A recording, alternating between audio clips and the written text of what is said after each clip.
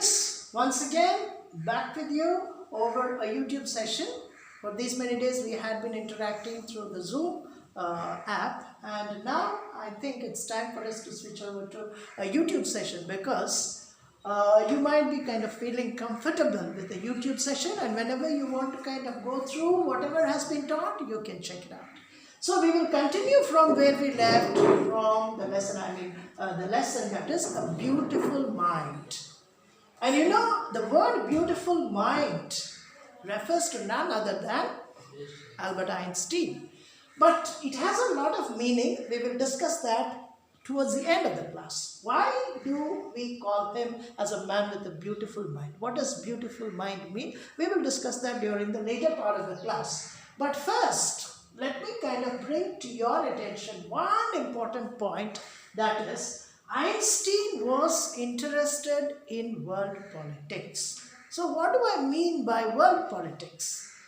He was not a man who was supporting a particular party, a particular government, no. But the word a world politician means a politician or a scientist. Einstein was interested as a scientist in world peace. He wanted the entire humanity to live as one family. This is the most important point. He was interested in world peace, world harmony and brotherhood. So, he promoted peace, not war. As you all know, Einstein was a man who gave the world one of the greatest inventions, that is E is equal to mc squared, which means the theory of relativity.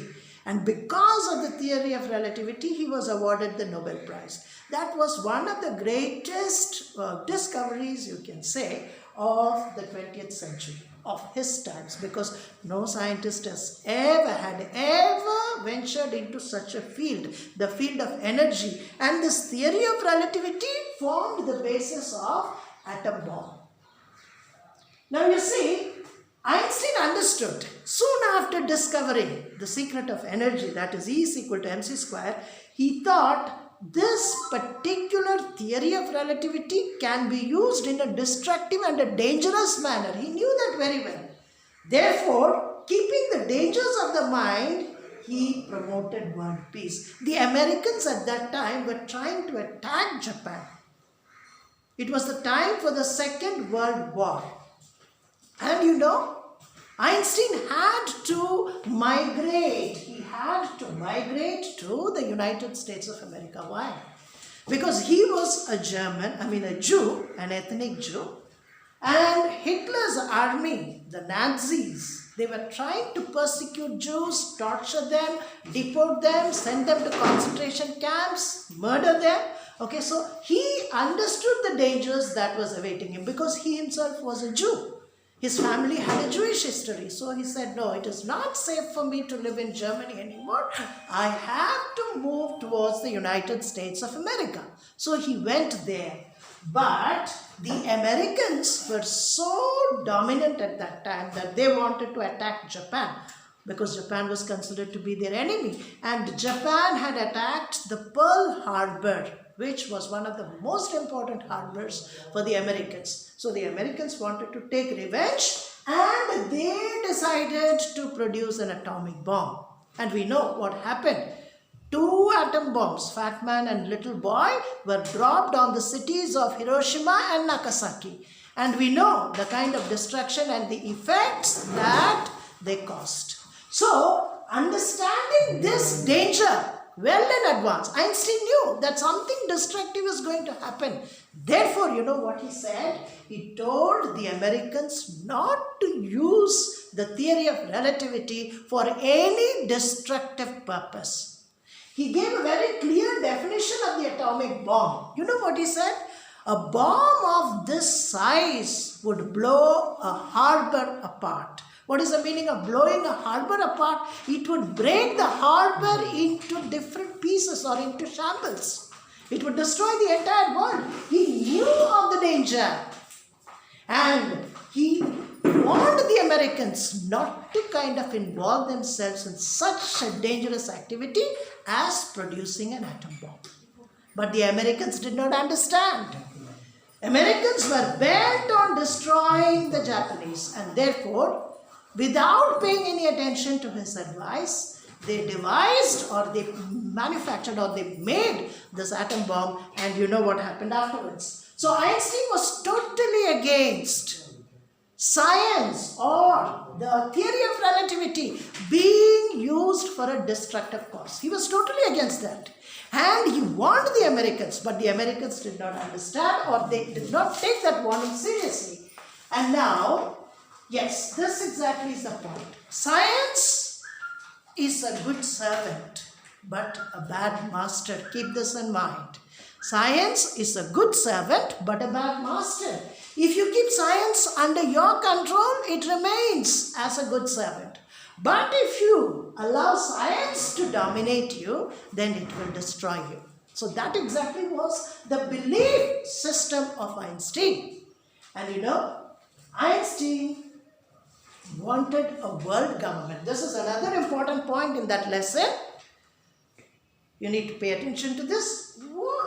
What exactly is a world government? He wanted a world government.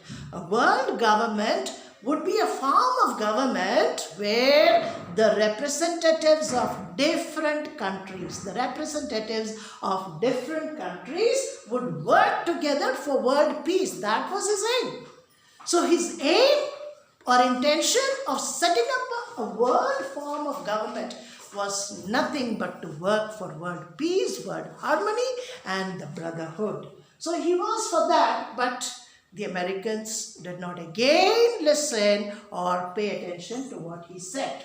Okay, now I am coming to the most important point. In the beginning, I told you the title of the lesson is A Beautiful Mind. And a beautiful mind refers to none other than Einstein. Why do you call him a beautiful mind? Why do you say that he had a beautiful mind? Though Einstein was one of the greatest scientists, he believed that world should live in peace and harmony. Therefore, his mind is said to be a beautiful mind. The meaning is that his mind had or it was filled with beautiful thoughts. His mind was filled with beautiful thoughts, and the beautiful thought was none other than world peace. So being a scientist, he was not only busy with physics, he was not only busy with his mathematics, he was not only busy with his invention, but he focused more on the world peace. Einstein was a very good violinist. He was a good musician. And you know, people who love music, they are very, very intelligent and they are very gentle. Einstein was a gentle person. So, the word beautiful mind, scientists should work for world peace. That was his aim. And you know, he loved all these good qualities and he met Mahatma Gandhi. This is not there in the lesson, but this is an extra information. You can log on to the internet and see when he met Mahatma Gandhi and Rabindranath Tagore. These were two great leaders who lived at his time, and he met and he was surprised to see Gandhiji, okay, just with a loincloth and a staff in his hand and a pair of spectacles, and he said, "How can a human being live on this earth in such a form? The world would in future never believe that such a man ever walked on the earth." It would be difficult for the world to believe. He was so much taken up by Gandhiji's ideologies, his promotion for world peace, brotherhood, harmony, his non-violence. Everything attracted Einstein, and he paid this great tribute. He said that Gandhiji was not just a human being, but a superhuman being, a divine creature. Okay. Now, before I end, let me come to this part. Theory of relativity. All of us know what theory of relativity is. In 1915, Einstein published his famous theory of relativity, and for that he was awarded the Nobel Prize. Point number one. Point number two, Einstein calculated with his mathematical calculations, okay, about an eclipse. An eclipse was about to happen, and Einstein, with his powerful and systematic, precise mathematical calculations, said that the distance of light from fixed stars. Stars, they are light emitting bodies. They are luminous bodies. Light keeps on coming out from stars. And during the eclipse, Einstein made a calculation as to the time that would be taken for the deflection of light. What is the meaning of deflection of light? The direction of light, the deviation of light. So what would be the distance of the deflected light from the stars? With the human calculation, he predicted this would be the distance. And when the actual eclipse happened, it was proved right. So even before the eclipse occurred, Einstein was able, with his mathematical calculation, to predict the deflection of light.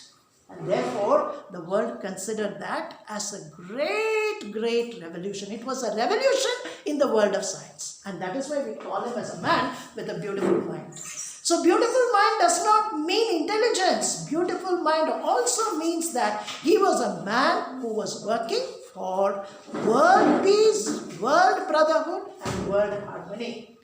So before we wind up, let me stress upon the most important point, that is, Einstein was a man known to the world as a great scientist, but the other important quality, virtue of Einstein was that he not only worked with physics, but he also promoted world peace. Atomic bomb was based on E is equal to mc square, the theory of relativity. But Einstein was not for destructive activities of science, but for constructive activities of science. That is why we say science can be a good servant, but a very bad master.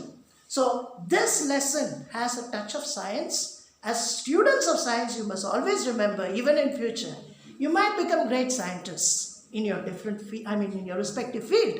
You might become great biologists, physicists, you might become doctors, but always remember that science should be under our control and we should not let science to control us. The moment we allow science to control us, it becomes destructive. This is a lesson given by the most beautiful mind, that is Albert Einstein. So with this, we wind up today's session. Look forward to more sessions on YouTube. And until then, stay safe at home, keep revising and be familiar with the subject that you're studying. Please revise, and more questions and more discussions are to come.